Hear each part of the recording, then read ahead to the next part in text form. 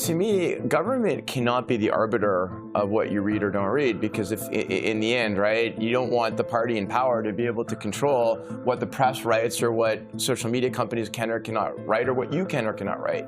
But there's a lot of misinformation floating out there, and to me, the responsibility is that of the social media company to allow for flagging of that and to not use algorithms to drive you into a cesspool where if you believe in conspiracy theories, all the posts that you read are from that conspiracy theory, and that is what they do. Well, I mean, I think we need some measure of algorithmic transparency at holding these companies accountable for their terms of service and investing in fact-checking, because again, I know people might grow concerned about a growing government role in this, but in the absence of that, what you're essentially saying is you're trusting people like Elon Musk and Mark Zuckerberg to do the policing for you. Billionaire CEOs whose only interest is to get more profit returned to their companies to pad their bank accounts. Can Canada do more? Yes, it absolutely should do more. Some of it is even resourcing.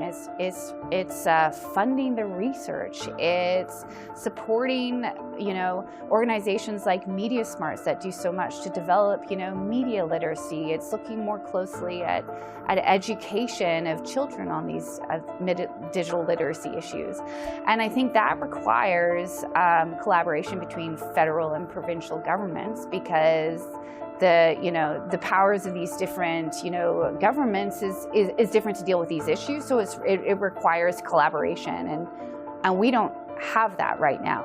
We've been unbelievably slow in setting up those guardrails, either using the existing tools we have and seeing how they work in this new digital ecosystem. So existing privacy laws. We haven't updated our privacy law yet.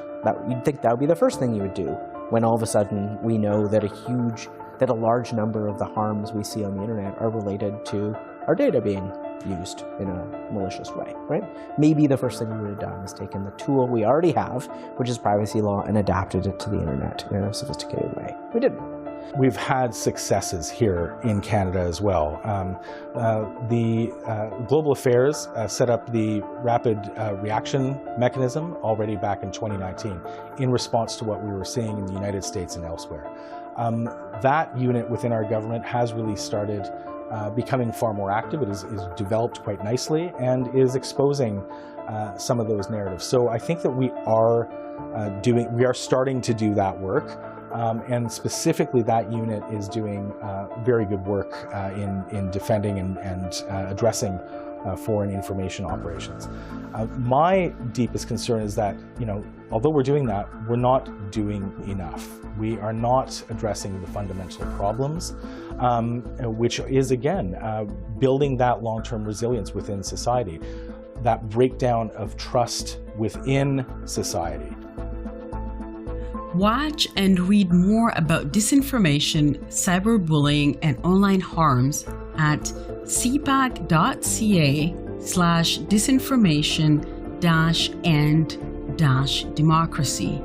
Regardez cette émission et lisez davantage sur la désinformation, la cyberintimidation et les méfaits en ligne à cpac.ca/désinformation-et-démocratie.